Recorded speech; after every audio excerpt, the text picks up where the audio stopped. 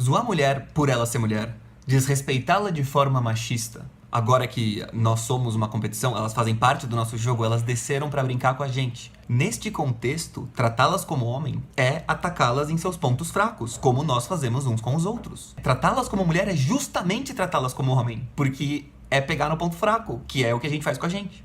Então é nesse sentido que a feminista precisa que você se adapte a todas as milhões de novas regras para que ela possa continuar se sentindo como ela se sentia antigamente nas novas condições. E aí galera, beleza? O meu nome é Rodrigo Ferrari. Bem-vindos ao meu canal.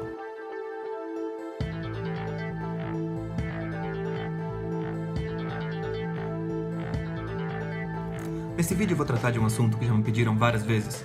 O público aqui tem bastante gente que gosta desse assunto. As pessoas que não conhecem esse tema já devem ter conhecido agora que elas frequentam a minha sessão de comentários. Mas vamos partir do pressuposto, assim, do que eu tô falando? Vamos partir do pressuposto que eu tô falando no momento de homens reunidos em volta de um símbolo. É só isso que a gente tem. Esse símbolo é esse aqui que eu vou pôr aqui em algum lugar, que é Men Going Their Own Way. Homens seguindo o seu caminho. Em geral é bom você partir de um pressuposto desse tipo, você vê o que tem de material e que você consegue identificar e daí você vai construindo as coisas em cima. Hoje já existem vários canais grandes que se identificam com esse símbolo e que trazem essa perspectiva, e eles mesmos têm vídeos em que eles se definem, e por isso eu vou pôr aqui o link na descrição, porque o que eu pretendo fazer aqui não é substituir os vídeos deles ou qualquer coisa assim. A minha ideia aqui é trazer alguma coisa nova que possa servir tanto pra galera deles, que, assim, alguma perspectiva diferente, quanto pra galera que não conhece muito bem isso daí, tentar ver de uma perspectiva que não é estritamente a deles, mas quem quiser ver exatamente a deles, peguei aqui uns vídeos bons para servir de exemplo. O vídeo que define isso de forma mais sucinta, da perspectiva deles, o que é ser um deles, é um vídeo desse cara que chama Till Migdal, e que ele diz assim: as regras que você tem que seguir são não casar, não morar junto, não engravidar nenhuma mina e não se envolver com nenhuma mãe solteira ou casada. Então ele diz que é uma estratégia jurídica, não um movimento. E se você vê dessa forma, você percebe que, e tem nos comentários, até vou ver se eu colo algum aí, de gente que fala, pô, eu já era isso e nem sabia, tal, uma coisa assim. É realmente, assim, faz muito tempo que já faziam isso, antes de inventarem esses símbolos já existia. O ponto é, tem até um dos principais caras desses movimentos aí, que chama Rollo Tomassi, que tem um livro que chama The Rational Male, o macho racional. Então, o ponto é justamente esse, que essa é a perspectiva do macho racional. Então, se você despir todas as coisas modernas, o que você vê ali como essência é como otimizar, como viver a melhor vida possível, considerando as condições que lhes são dadas, como ser um macho de forma racional no mundo atual. É só isso, em essência. E daí, o resto se constrói. Na antiguidade tem autores que também trazem essa perspectiva. Não é nova a ideia de que é melhor pro homem não casar se ele for fazer aquilo que é racional. Desde a antiguidade você tem um cisma que até hoje permanece, que é assim, olha, evite sexo, evite a relação amorosa com as mulheres. Se você não conseguir, aí você casa. Mas nada além disso. E tem a outra perspectiva que é, olha, se você não conseguir, tudo menos casar. Prostitutas, qualquer coisa, mas não casar. Então... E hoje você tem grupos que são... Se você pegar grupos antifeministas, você tem grupos conservadores, que são o evita promiscuidade e casa, e tem o grupo do evita todo tipo de engajamento.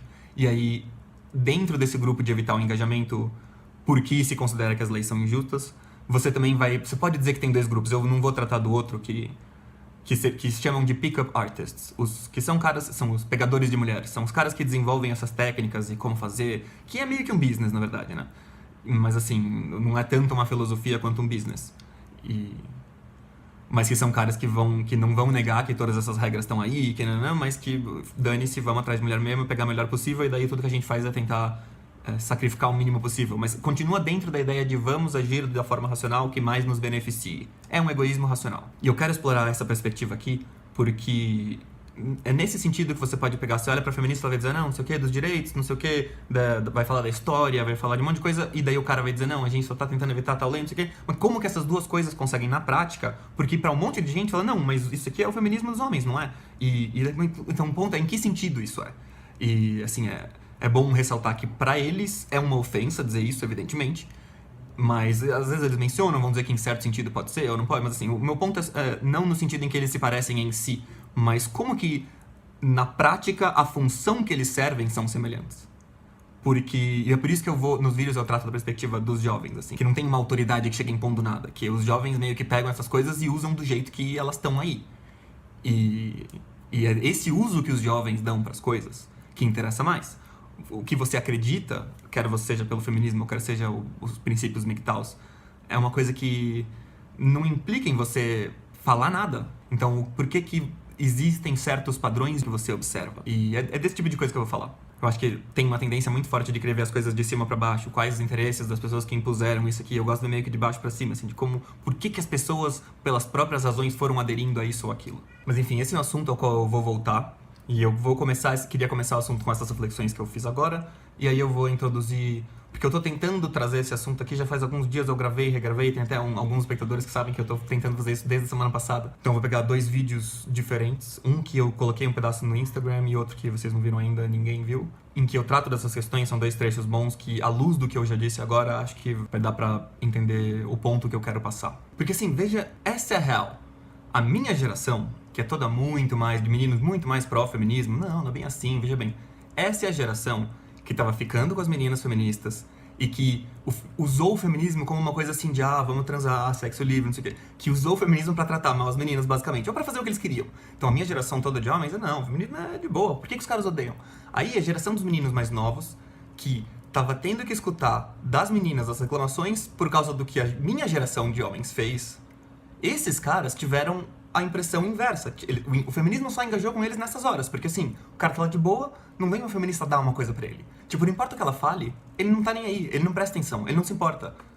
Então, só na hora que se importa que ele engaja. E na hora que importa é se der problema no sexo, ou no videogame. Inclusive, assim, o começo da onda antifeminista na internet é claramente marcado por um evento que chama Gamergate, que é basicamente, assim, em suma, quando o feminismo entrou nos jogos e começou a enfrentar alguma resistência. Não tinha resistência pública até o momento delas irem mexer com o nosso videogame. Não esqueça disso.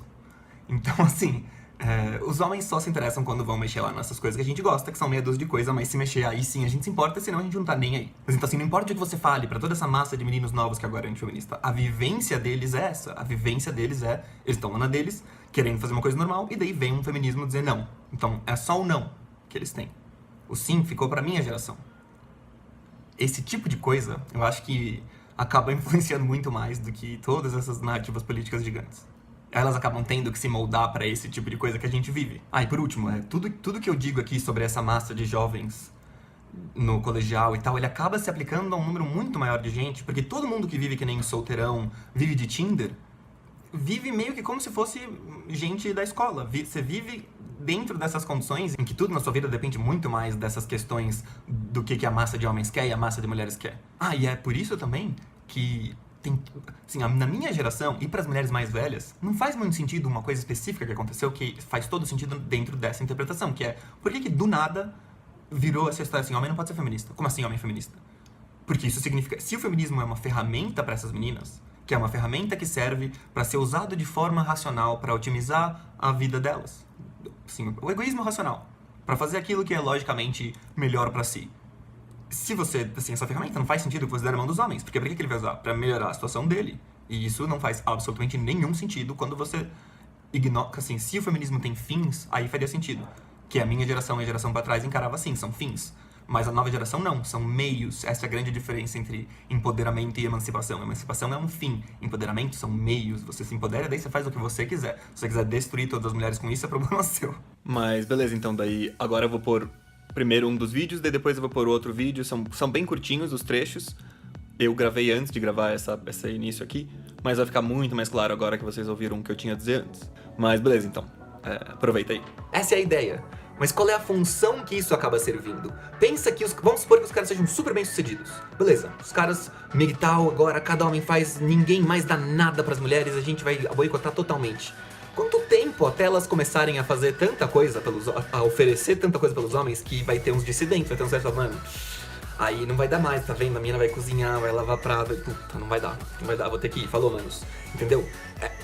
Por isso que funciona como se fosse cartel versus cartel, e é óbvio que as mulheres têm muito mais poder como cartel do que os homens nisso. Mas assim, seja como for, como que as meninas conseguem infernizar a vida dos meninos? Dos mais novos especialmente eu tô falando. Elas não têm a lei na mão delas, não conseguem fazer você ser expulso da escola. Tem todos esses casos isolados, então assim, na prática isso é mais uma ameaça simbólica. O que acontece é, elas podem não ficar com você. E podem falar mal de você para suas amigas e garantir que suas amigas não ficam com você. Mas enfim, forma que as meninas têm de enforce, de garantir o cumprimento das novas regras feministas é só uma. É literalmente só uma. Boicote. Boicote social, que é boicote sexual. Porque se as mulheres disserem pro cara, nenhuma mulher vai ser sua amiga. Se os caras disserem, dane-se, a gente vai continuar sendo, isso não funciona. Então, esse boicote é inefetivo. Elas precisam boicotar aí. Elas precisam ameaçar onde dói.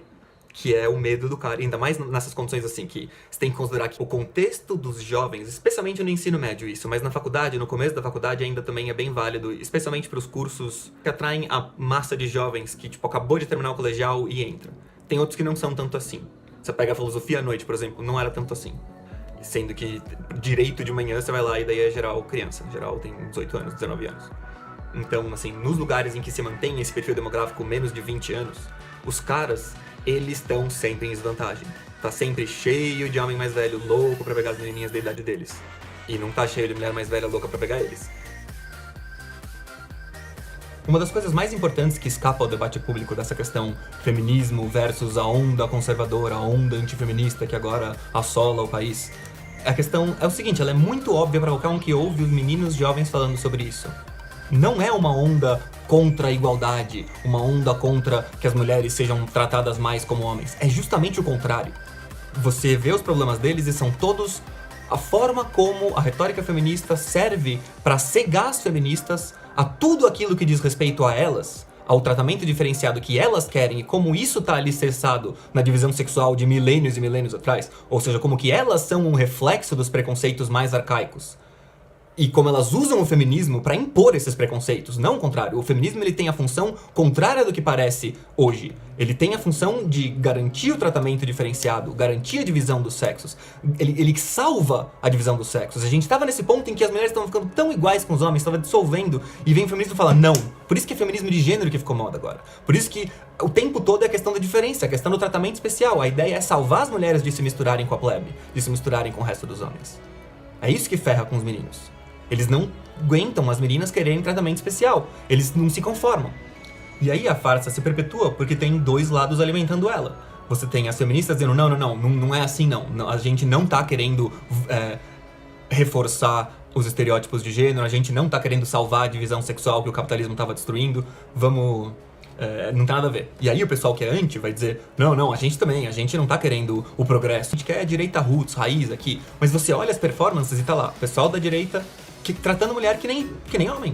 A forma como os políticos de direita falam com as mulheres, que é acusada de ser uma forma machista e misógina, ela é simplesmente tratar a mulher de forma muito mais próxima do homem do que o tratamento que as feministas exigem pra elas. Eu digo isso num sentido bem específico, porque é uma coisa ambígua. Mas assim, zoar a mulher por ela ser mulher, desrespeitá-la de forma machista, em contextos competitivos, na esfera pública, agora que nós somos uma competição, elas fazem parte do nosso jogo, elas desceram pra brincar com a gente. Então, assim, neste contexto, tratá-las como homem é atacá-las em seus pontos fracos, como nós fazemos uns com os outros. Entende?